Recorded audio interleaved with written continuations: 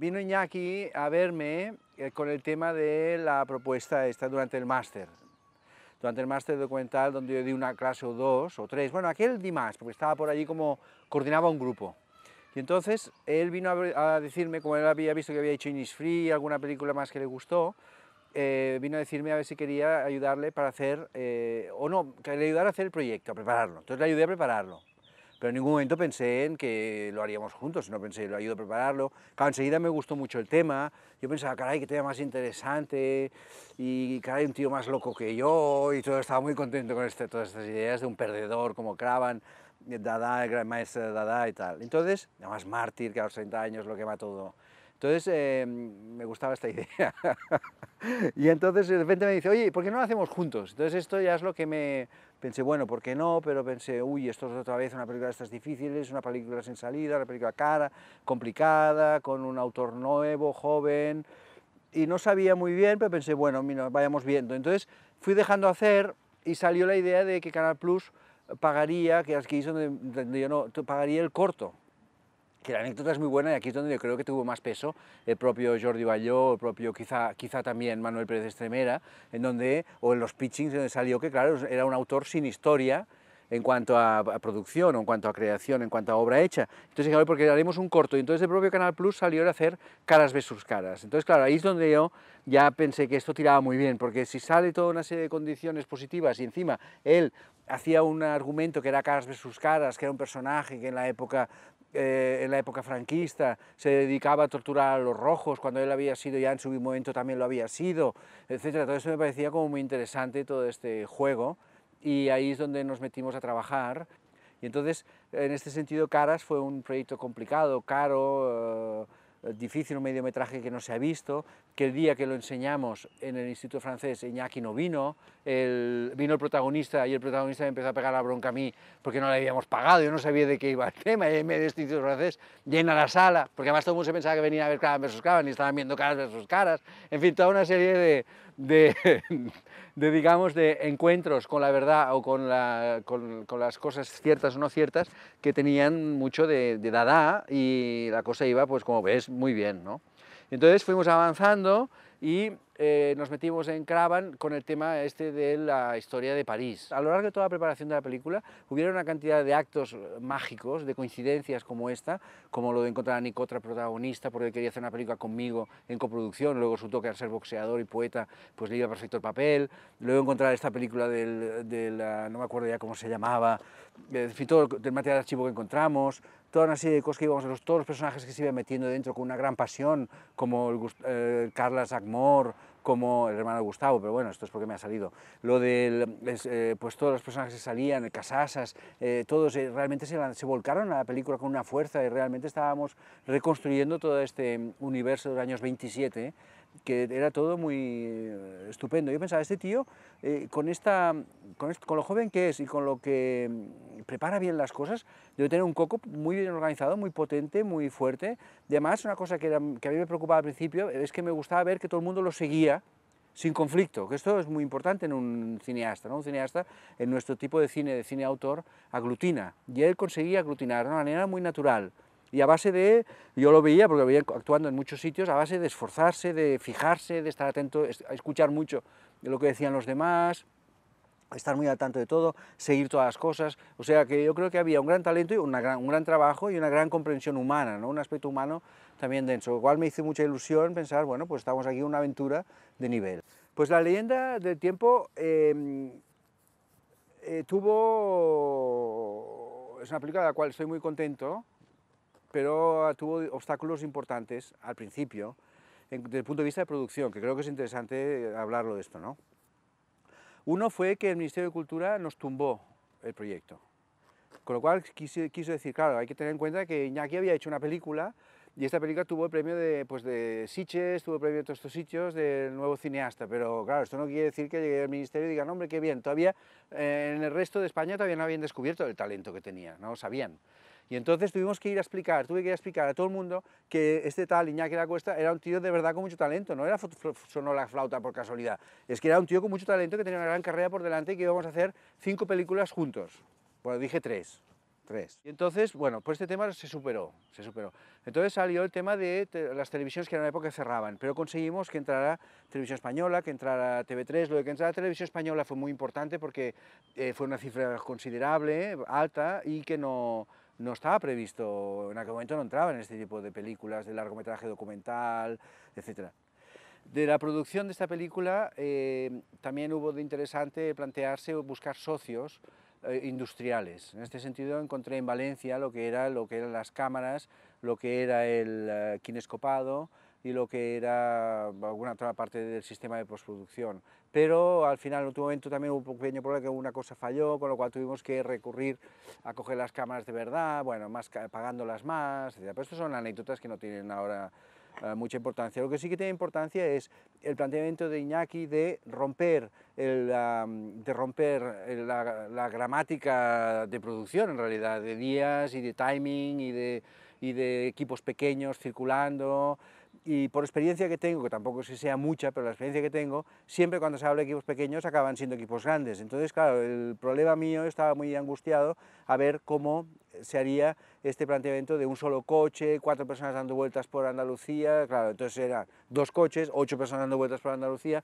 Pero bueno, esto ya lo presupuestamos, conseguimos el dinero para hacerlo, y entonces era el dejarles que salieran y que pudieran hacerlo. Un poco el esfuerzo era conseguir poner todos los medios y luego dar la confianza para que ellos hicieran su película a su manera. Esta es la verdad. Como producción aquí no había más que ese tema. Luego estaba la parte de producción de batalla diaria, del día a día, que llevaba Manolo Limón, que estaba también, no olvidemos, estaba Antonio Lobo en Andalucía, que también era un buen interlocutor. Es decir, aunque no lo pareciera, estaba todo bastante protegido, ¿no? Era como un poco como un caballo que lo dejas correr solo, pero que por todos lados hay una cierta protección, ¿no? Luego también aquí se juega con el criterio, con la confianza hacia Iñaki, que para mí esto era muy importante, la confianza hacia él, de que llevaría el tema, de que lo manejaría, de que sabría llevarlo adelante sin, digamos, sin despilfarrar, sin aquella conciencia de que dejas a los niños solos y te vuelven a las 4 de la mañana con el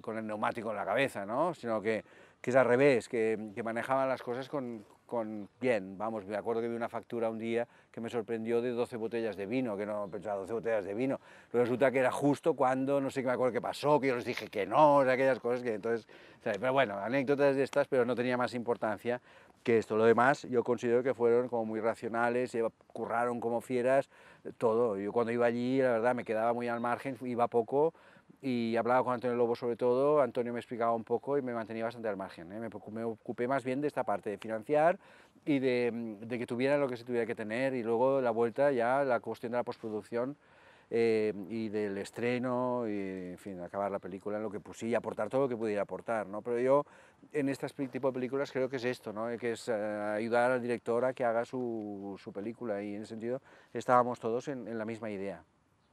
Para mí esta película, tal como yo ya personalmente ya la veía como un paso dentro de una trayectoria de esta trilogía que me había planteado hacer con Iñaki, que es la de Cravan, pues salió así.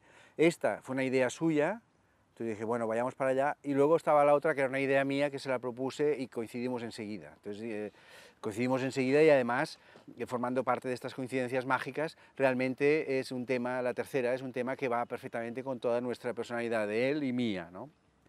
Y que es la del falsificador de Vermeers, que es la que queremos hacer después o más adelante, cuando podamos.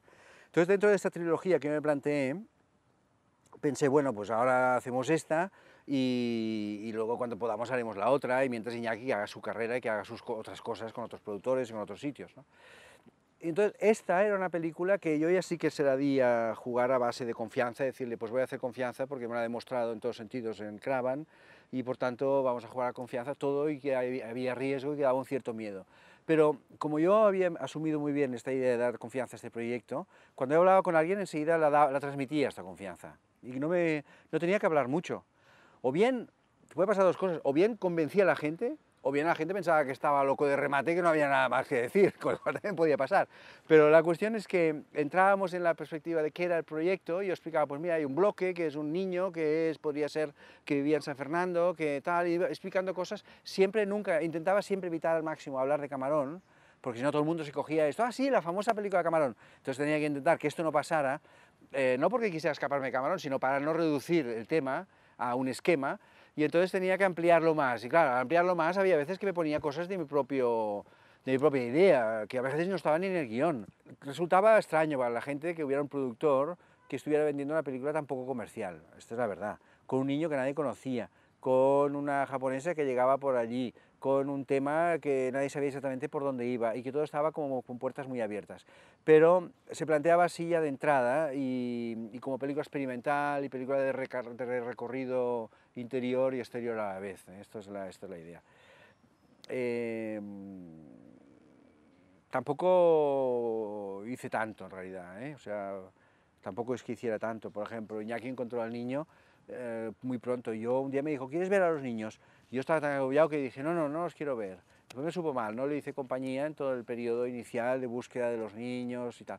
Pero pensé, ya va acompañado, estaba Abel, que lo ayudaba y mucho, estaba el cameraman Diego Dusuel, que también estaba un tío con todos, el equipo era con unas ganas, se volcaba, ¿no? Pues esto, lo de Abel, lo de Diego, lo de Manolo, Limón, lo del equipo de todo el mundo, equipo de sonido, Amanda, todo el mundo se volcaba mucho. Esto es estupendo, es lo que realmente en nuestro oficio es lo más importante, esta idea de la vocación y de la energía, la entrega, ¿no? Este concepto de la entrega en el trabajo es fantástico, en la obra, ¿no? En la obra que se hace colectivamente. Hicimos una política, una estrategia comercial con la película de La Línea del Tiempo en los festivales interesante, que es escoger los festivales a los que podíamos ir. Bueno, en otros proponíamos y nos decían que no, pero en general decían que sí, escogerlos, intentar ir a hablar con diferentes institutos, con el ICIC, con el Cervantes, con otros, para que pagaran el billete como mínimo de Iñaki, el de alguien, para que fuéramos, y hemos hecho un movimiento internacional de la película, se ha movido, se ha visto en sitios. Ahora lo hemos parado en seco, este movimiento. O sea, durante un año hemos ido a sitios escogidos de todo el territorio geográfico del globo, y entonces, además a festivales más bien de primer nivel, y de talento, pero no de gran fastuosidad, que con lo cual se podía tener una repercusión más interesante y la película se ponía en su sitio.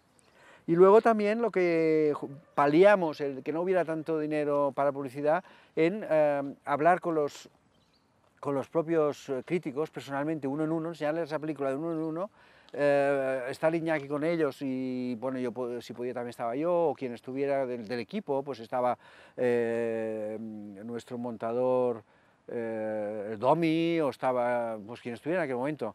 Y entonces enseñar la película y entre que hubieron personas como Cristina Sabay, como Teresa, que estaba en El País, como muchas otras personas que entendieron que la película tenía una fuerza y había una gran propuesta, y el día del estreno sacaron una página entera hablando de la película, con análisis muy interesantes, con aportaciones muy buenas. Estaba también el Pere Vall, el Toni Vall, estaba toda una serie de periodistas pues que después con el tiempo nos hemos hecho amigos porque por lo mucho que apreciaban este tipo de cine, ¿no? Pero lo que es bueno es que conseguimos cambiar el dinero de los inversión en publicidad por conseguir portadas, por conseguir páginas, gracias a un esfuerzo muy legal, no de manipular a nadie, sino de enseñar la obra, ponernos a disposición, ofrecer, dar y recibir, ¿no? Yo creo que hay que contar mucho con el largo plazo, el largo recorrido de las obras. Es decir, La Línea del Tiempo quizá arrancó tímidamente desde el punto de vista comercial, excesivamente con timidez. En Madrid estuvo 2 semanas solo en los Verdi, en Barcelona estuvo 5, pero un poco de 5 de puntitas, y creo que comercialmente sí, fue mucho más débil de lo que tendría que haber sido. Pero hay que contar el recorrido a largo plazo. El recorrido a largo plazo yo creo que será importante. Por ejemplo, cuento mucho en la salida en DVD con esta empresa tan buena que se llama Intermedio, que lógicamente, lógicamente se verá mucho, o sea, esto está claro. Son películas que se irá vendiendo, irá goteando, y quizá un día vuelva a haber una reposición. Luego está el tema internacional. En este momento estamos hablando con les Films Mimal Fleurant, espero toquem fusta, que no nos falle y que podamos estrenarla en París pronto. Claro, esto nos permitiría no solo estrenarla en París, sino que además luego ya la vendes en arte y luego ya empiezas una cadena y ya vendes a otros países. Esto vamos a hacerlo ahora. Entonces, si hay un poco de venta en el extranjero, pues bueno, va a ir haciendo. De todas maneras, son películas que no puedes hacerlas pensando en un beneficio importante, ¿eh? Hay que pensarlo en el largo recorrido, en ganar un porcentaje, bueno, claro, siempre quieras ganar lo máximo posible, pero en ganar algo, y sobre todo en que se difunda bien y que sea un paso más en una trayectoria, para todos, ¿eh? Para todos.